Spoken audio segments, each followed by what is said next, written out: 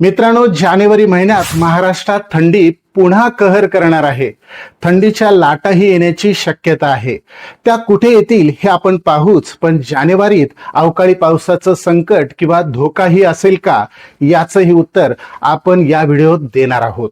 सुरुवातीलाच स्पष्ट करतो, जानेवारीच्या पहिल्या आठवड्यात महाराष्ट्रात थंडी राहील, पण दुसऱ्या आठवड्यात थंडीचा कडाका वाढत जाणार आहे. भारतीय हवामानशास्त्र विभागानं जानेवारी महिन्यातलं तापमान आणि पावसाचा अंदाज जाहीर केलाय.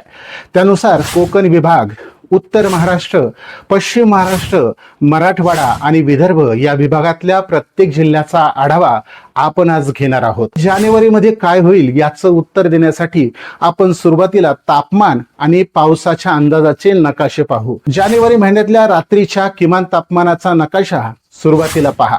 या नकाशात निळसर रंगाच्या भागात किमान तापमान सरासरी खाली राहील. हिरव्या रंगाच्या भागात सरासरी इतकं तापमान असेल, तर पिवळ्या भागात सरासरीपेक्षा जास्त तापमानाची शक्यता आहे. महाराष्ट्राकडे पाहिलं तर बहुतांश भागात निळसर रंग आहे, म्हणजे या भागात तापमान सरासरी खाली राहून थंडी असेल.